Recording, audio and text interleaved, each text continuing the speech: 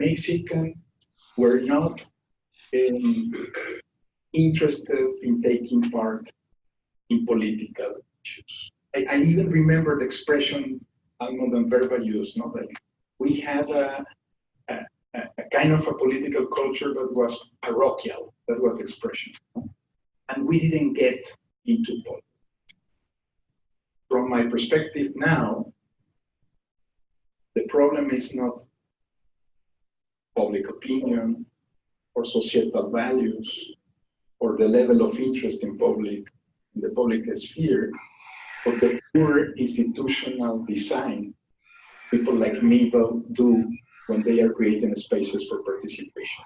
When you create the right tools and the right mechanisms, people fantastically engage in terms of changing the system.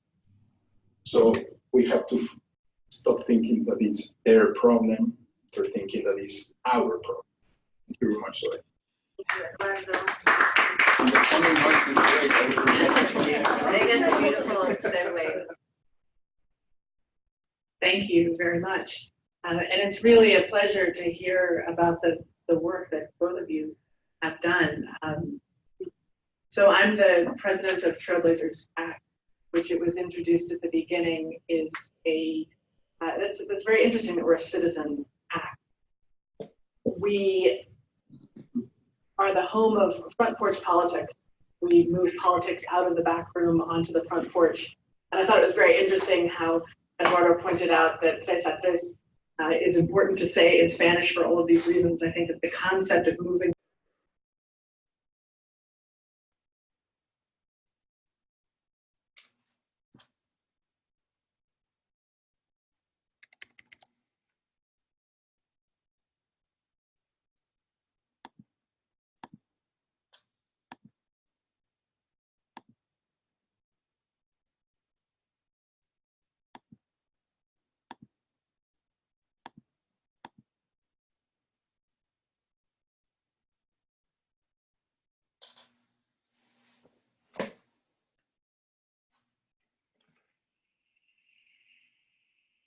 their campaign from their actual voters.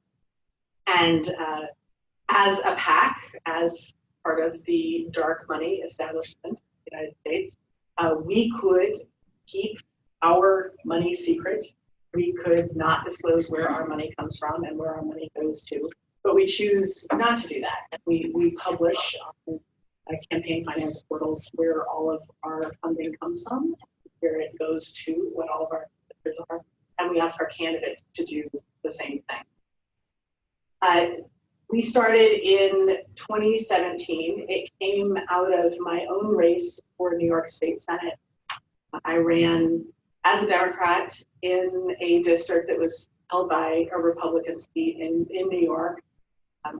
It's really interesting, I think, to look at population sizes when you're looking at groups of people that you're trying to engage in anti-corruption conversations. The state of New York has 20 million people in it. And so when you talk about anti-corruption work across the United States, I think you're going to see very different styles of work happening in different kinds of communities. But the community that I ran for state senate is a 5-county area. It takes about 2.5 hours to drive from one side of it to the other. It was 32% Democratic. I'm a Democrat. I ran as a proud and open Democrat. And we happened to garner 45% of the vote in 2016. Well, 2016 was not a very good year for Democrats. And 45% did not win me the race. 45% only got you the president in 2016. It didn't get you a state senate seat. But it was really unusual, we realized, to have that 13-point spread in any district in New York, whether it was a Democrat challenging an incumbent Republican or a Republican challenging an incumbent Democrat. That hyper-partisan experience that we had in 2016, which I think has just continued to escalate through 2017 and 2018, really was coming to the fore, and you didn't see voters moving across the aisle like that. Now, I'm the first to say that I don't believe that that was because of me as a candidate. I think I was I was a pretty good candidate, but no candidate is 13 points good. So what is it that happened in our district that was different from what was happening in other districts in New York State? And we looked at the way we had funded our campaign. A little bit of history about New York State politics. The campaign contribution limits are very, very high in New York State. And so as a result, the state level politicians tend to run campaigns that are as expensive or even more expensive than congressional races. As an individual, you can give up to $2,700 to a congressional candidate, $5,400 per couple. In New York State, if you're running for state senate, you can receive up to $11,000 per individual, $22,000 per household in New York State to a state senate race. So the result is that there's a whole lot of money in the race. My campaign raised about $700,000 with PAC money that came in on both sides of the race for both me and my opponent. The whole race ended up being about a $2.5 million race. But where that money came from was very, very different in my race than in my opponent's race. Again, in New York State, the organizations that tend to fund political campaigns are not partisan in where they give their money. They tend to give both to Democrats and Republicans. And it tends to be PAC in Albany, which is the capital, and New York City Real Estate Corporation, because New York City real estate is where the real money is in New York State politics. And they give to incumbents. So they weren't interested in my race. What we did then, out of necessity, because I couldn't tap into the money that was flowing in New York State politics, was went directly to the voter. And it ended up that 85% of the money that came to my campaign came from voters in that 5-county area. At the time that we were doing this, we didn't do it for a moral reason. We didn't do it because we were trying to make a statement about money in politics. We did it, frankly, out of expedience, because there wasn't a way for me to tap into the money that was propping up the incumbent. But when we looked at the race after Election Day, we realized that that 85% of our base financing that came from inside the district was dramatically different from what happens in any other New York State race. Just as a measure of comparison, my opponent's money came 65% from zip codes in New York City and Albany, which are 3 hours away from where he lived. So that's just really a very different way to finance a campaign through actual voters. Footnote there, I don't think that that's what the founders of our country really expected, was that campaigns were going to be financed by people who lived far, far away from the voters in the district, but that's what we've got. So after this race, we decided to take that lesson learned and not close up shop, and instead start to teach candidates of any political party across the entire state of New York, and then we also work in Pennsylvania now as well, how to run campaigns that are voter, and also how to be 100% transparent about your campaign donation. Again, the same as with how we financed our campaign, we decided to 100% disclose all of our campaign finances because it was easier than following the legalese of all the loopholes and all the ways that you could choose not to disclose. We went ahead and just put everything out there, not realizing how revolutionary that would be, and also not realizing that that would cause an energy in the district, in that everybody who was engaged in the campaign could then bump into each other in the grocery stores, in the little towns and communities, and say, I'm participating in this campaign, and I saw that you also are. So it really created a community around the campaign that I think is a big part of why we had that virtue bump. So Trailblazers PAC now invests in candidates of very local office, county level and municipal level office, anywhere in New York State or Pennsylvania, of any political party, who 100% disclose all their campaigns and power their campaigns, at least in part, through donations from voters in their district. And if they raise money from an actual voter in their district, we match that dollar for dollar. So we're in a way a public financing model of campaigns, but we're doing it with private PAC dollar money, albeit publicly disclosed. And we've had a tremendous success. We've worked with 40 candidates. We've endorsed 40 candidates. We've worked with several hundred candidates. There were 3,000 elections in New York State in 2017. County legislators, town board members, village mayors, city mayors, 3,000 of those races. And then in 2018, there were about 800 races. And we worked with several hundred candidates. 40 of them actually disclosed all of their finances and funded their campaigns in part with donations from actual voters in their district.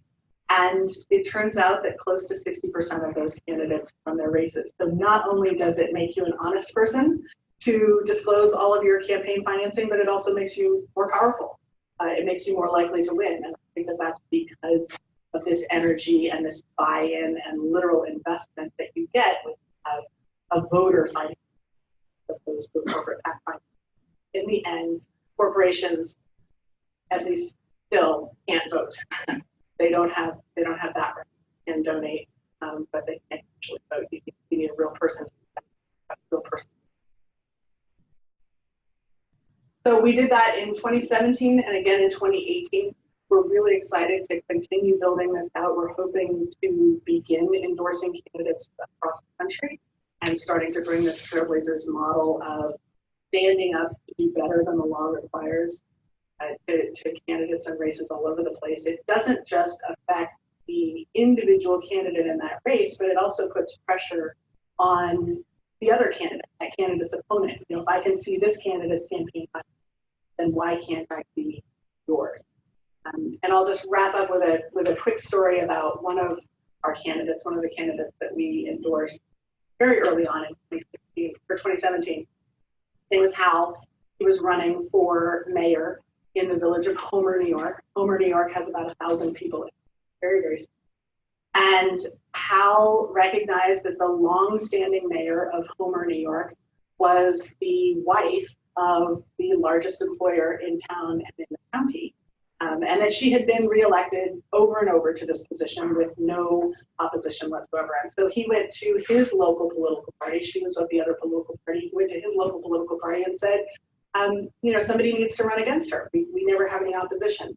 And his party chair said to him, no, we don't ever run against her because everybody in town works for her husband. And so it just doesn't make any sense, even though she's of the other political party, for us to run a race against her. And Hal said, that's ridiculous. I'll run. And so he got in there without the support of his own political party, and he decided to run against this incumbent mayor. Well, Hal ended up winning, partially with our support. We thought this was exactly the kind of candidate that we wanted to support, who was running against the opposition of both political parties. And that has changed not just the tone in the village of Homer, but in the entire county, because that is the largest employer in the county, and for the wife to be ousted from her village mayor seat really sort of changes the dynamic. And we think that it also affected the congressional race this year because there became a sense that perhaps candidates aren't invincible, and perhaps if you can stand up to the mayor of the village of Homer in a 1,000-person community, maybe it's also possible to oust a sitting congressperson. And in fact, that is one of the congressional seats that flipped this year, which was really exciting. So I tell you all of that because I want more and more people to really start thinking about this idea that hyper-local action can have ramifications far beyond that individual community that they're in.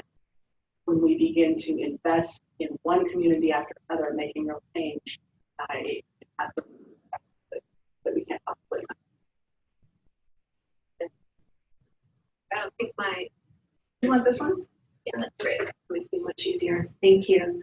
It's been really terrific to hear, especially after Balazs's somewhat depressing presentation, where Balazs really underscored some of the perverse effects of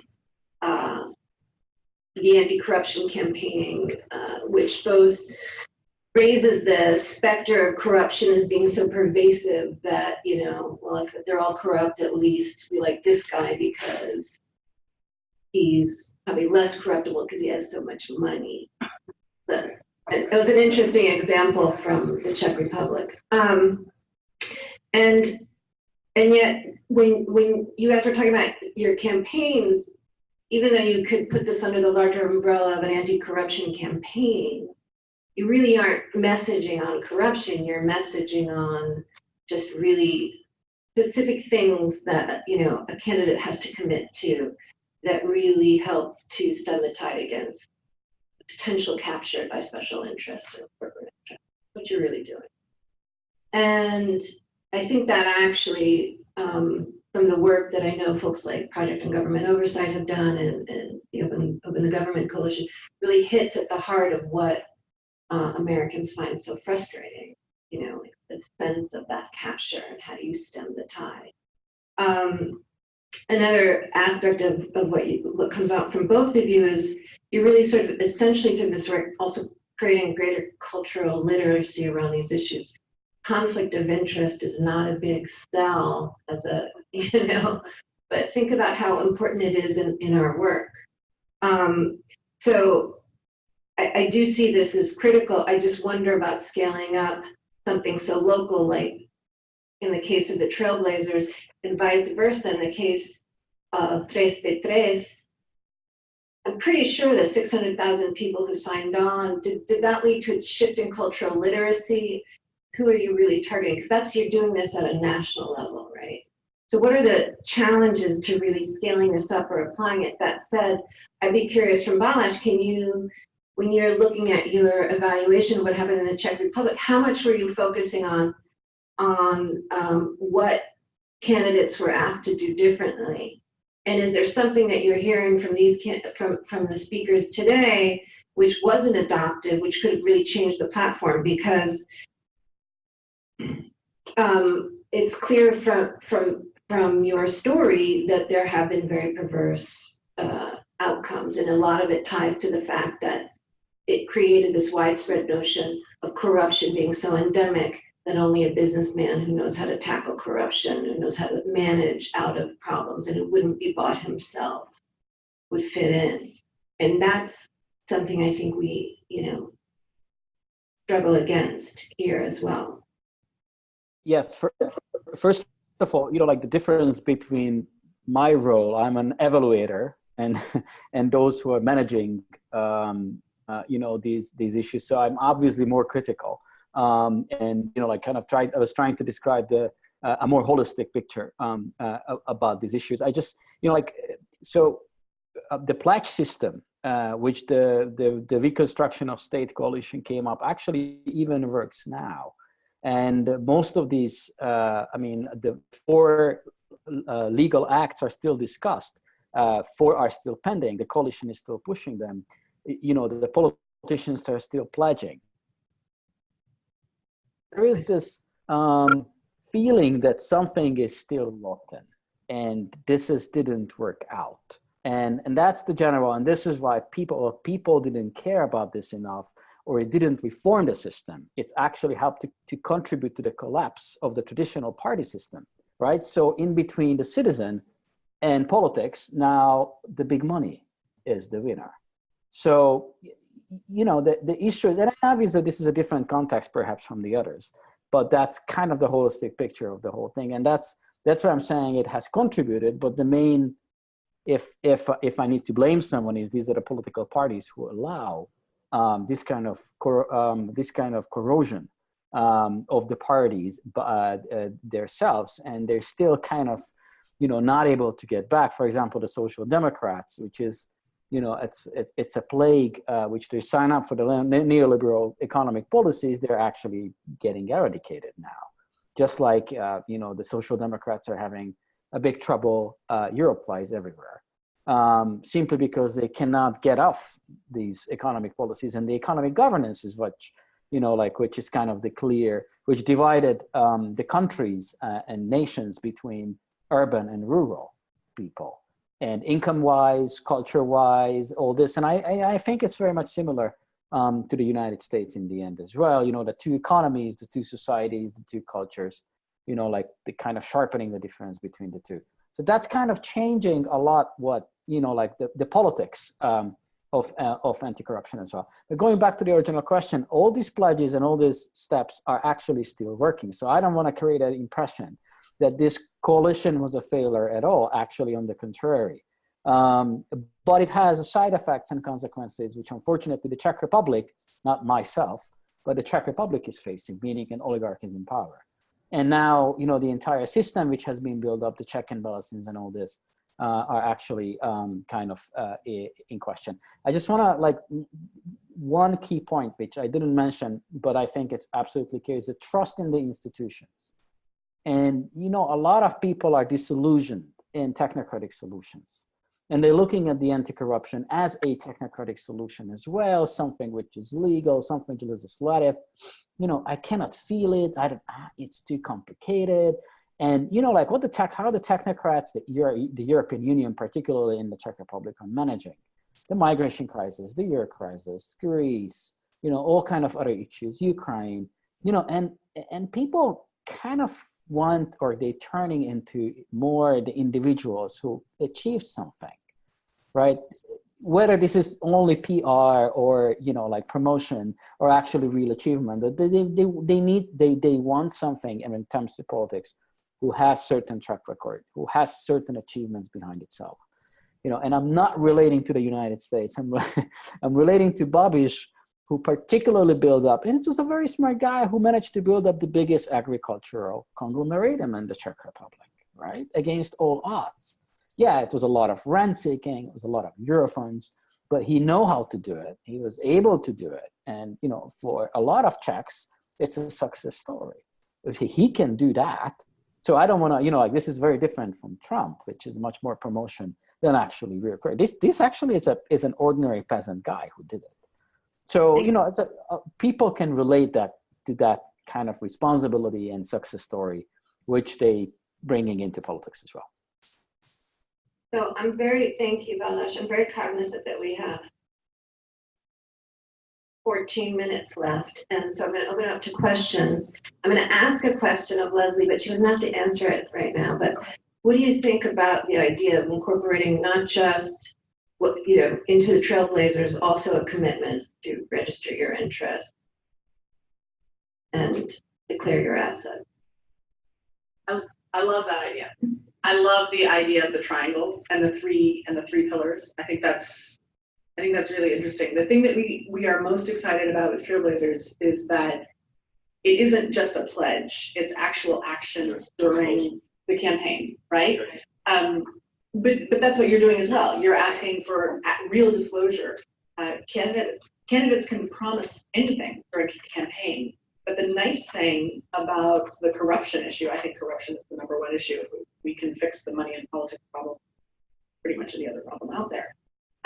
But the nice thing about that is you can test drive it during a campaign, right? You can watch what a candidate actually does during a campaign. You can't necessarily do that on poverty initiatives or housing or healthcare or whatever the other issues are. Thank you. The 10 minutes we have left, I'd love to open it up to some questions. I'm also wanting to thank the Open Government Partnership Steering Committee members who came to this right after a full day of meetings on the other side of the room. So We're just trying to keep awake till they break. that's Helen Darvish. Question. You don't, oh, yeah, please.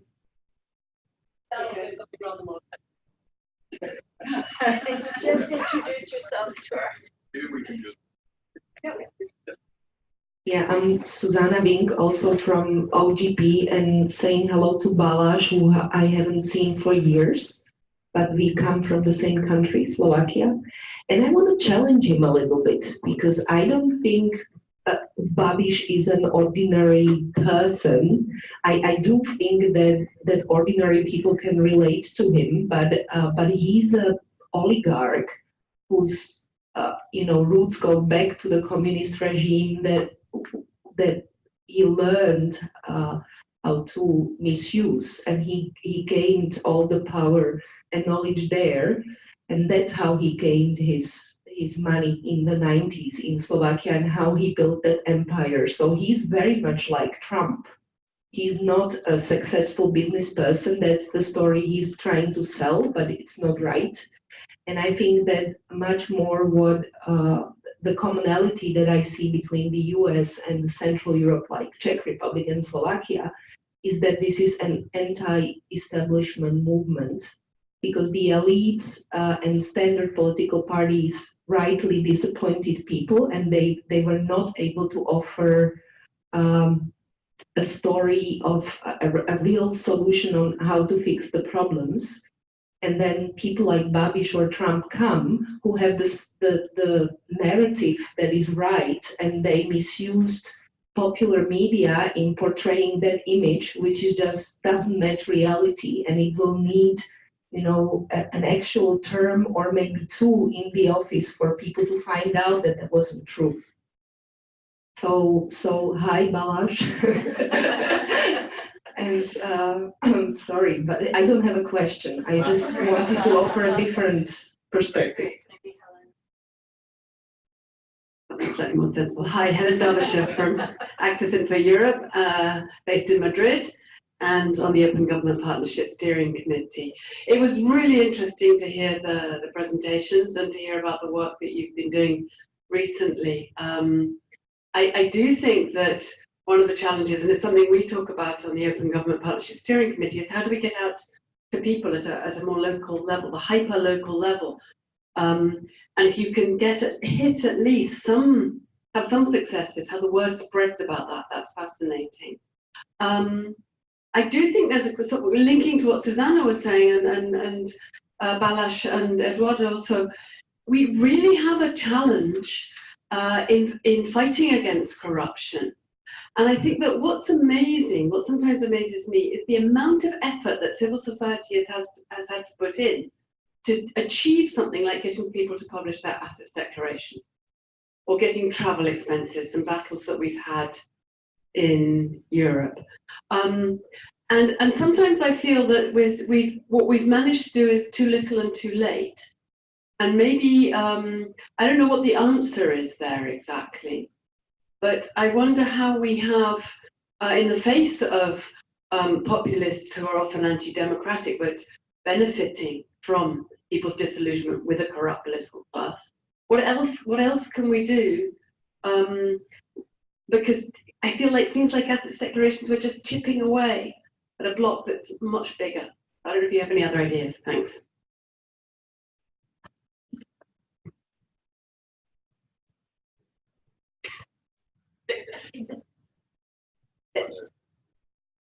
Just to add to that, so I mean, I would say that the question of is that a big enough idea? Is this, especially also in the U.S., where opacity of campaign financing is one thing, but there's also astroturfing and all the money being spent on nonprofits to sort of shape hearts and minds. Now Hollywood is being run, have tons of funds coming from the Chinese, the Russians, from all different, diverse interests. We don't even begin to know about the stories that are being told for particular political purposes. So how big is this? Just pebble in a pond, or is this something bigger? That's one of the questions. I would also like you to answer, how hard was it to get this thing going? It sounds hard, but it also sounds like something that went took off really took off. When you have a seminar or a discussion like this one, normally you never go into the details of something that is very relevant for me, which is behind the scenes design and discussion. Normally we're having a couple of points in 7. So how big it is the kind of reform we pushed in Mexico is so big, so deep, so complex, that people are making a lot of money just about explaining it. Consultants from elsewhere, not trying to explain with diagrams and stuff. You know Mexico, Helen, and I can tell you this very, very directly. what is different about these kind of things, I'm not going to refer to 3 but the National Anti-Corruption System, is that this has been a community that has been discussing, thinking, working, creating stuff for 25 years that have a holistic and a systemic approach to the issue. And we were facing, and I'm sorry because there are former candidates here, but we were facing a political class. I didn't win. That wasn't capable of enough of understanding how sophisticated the proposal. And when I'm saying 440 articles, I'm not only talking about changing or reforming something. We were talking about fiscalization of expenditures, real-time auditing. It's so huge that it's very difficult to present it in one single conversation. But I'm not saying it's going to work. It doesn't matter. We changed the paradigm. The whole purpose of it was changing the discussion forever. Even the new government may like or dislike the whole thing. And it doesn't matter. They don't have the power and the authority to transform, again, the Constitution and put a lot of the stuff we place there in a different way. They will require doing politics, having persuasion to the general public, to the academic thinking, to the business sector.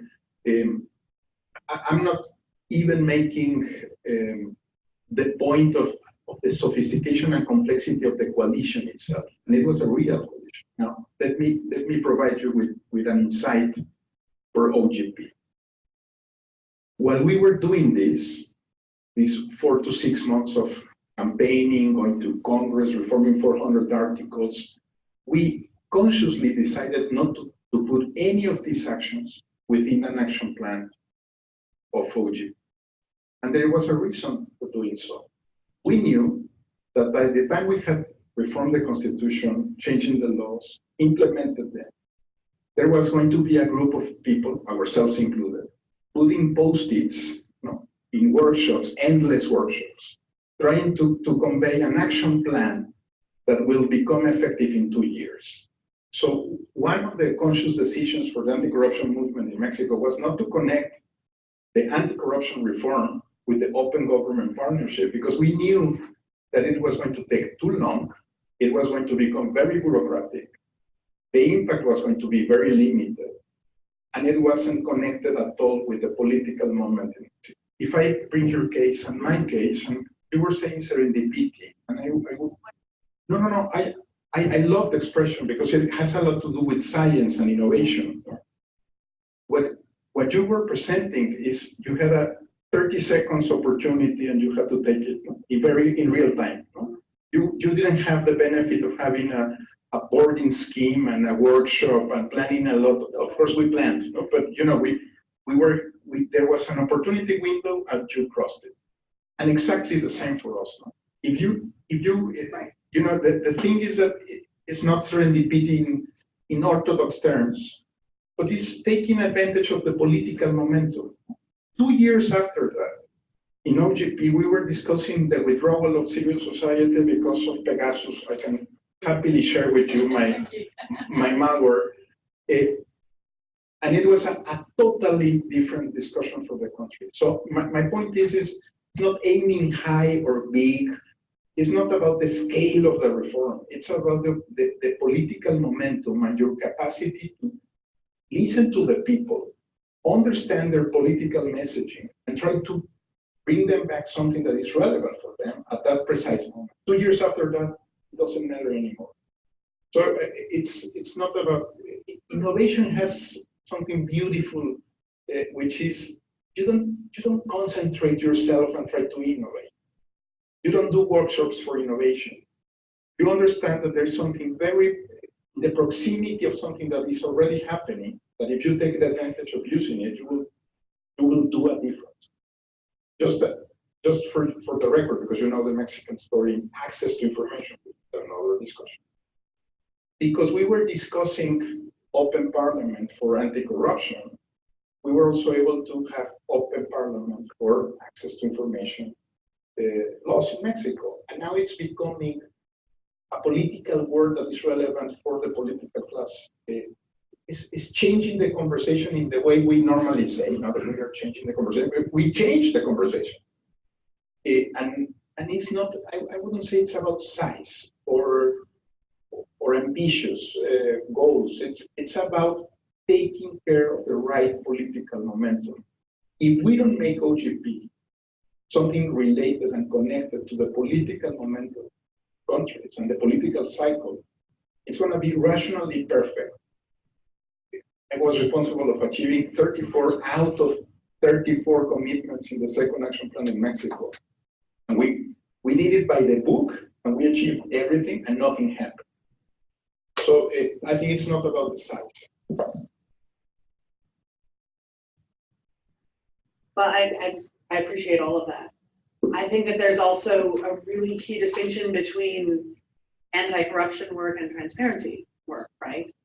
And what we're doing at Trailblazers is the first step. We're asking for transparency. We're not making a comment on whether you trade your votes for donation. We're just asking that if you're going to do that, maybe you let your voters know about it. and that's the first piece. I think that democracy is inherently optimistic about human nature. People like a savior. People like the idea of an individual leader who's going to lead us out of the darkness. But that's not what democracy is. Democracy is faith in a group, right? And so if we can present these opportunities for a group to behave better, it's going to build one at a time, but we have to be patient enough to let it build. And we also can't lose our attention and lose our focus, like I contend we did in the United States between 2008 and 2016. You can't just expect that the leader is going to take care of it all. And I think we can do better. I think we have an incentive to do better right now. And if I were going to say what my single biggest worry is at this point in American politics, it's that we're going to forget and we're going to blink. Stop paying attention. 7 o'clock. It's 7 o'clock. I do want to check in on Balazs since he didn't get a chance to respond to Susanna, but unless you have a burning response, I would love to wrap it up. Balazs, are you there? Yes, I'm here. I mean, I'm nothing really to end. Just maybe one quick comment. I mean, Babiš was not inheriting his wealth. He was actually managing to become. So anyway, and just one more thing, which I think it's very important, you know, like the role of the state. And this debate should be actually going back, at least in Central Europe, is going to be about the role of the state. And unfortunately, here comes the rich people who or, you know, like the counter-revolutionaries like Viktor Orban in Hungary, who restarted this debate. What is the role of the state and what is action? And that is where actually the traditional parties are in a big disadvantage. And here comes the technocratic solutions, which, you know, are not, unless there is the role of the state debate is happening and the traditional parties are coming back, the technocratic solutions are actually going to help the oligarchs. That's kind of my very positive, not really message from late night from Kiev. I want to close in a slight disagreement with Balazs that he doesn't get to answer, which is I think what the conversation today really illustrated is that in order to change the role of the state, you really have to activate and change the role of citizens and the way in which citizens will, you know, raise their Or at least give them a platform. Exactly. Right? But I fully agree with that. Occasion. You give them the chance. You don't have to change them. No, exactly. They will rise to the occasion, but you have to give them the chance and education. Thank you. I want to really thank the panelists and all of you who came late on a Monday. I know it's hard on a Monday, but it's been a really terrific discussion and we'll have it recorded and shared. So again, many thanks and please a round of applause for our panelists both here and abroad.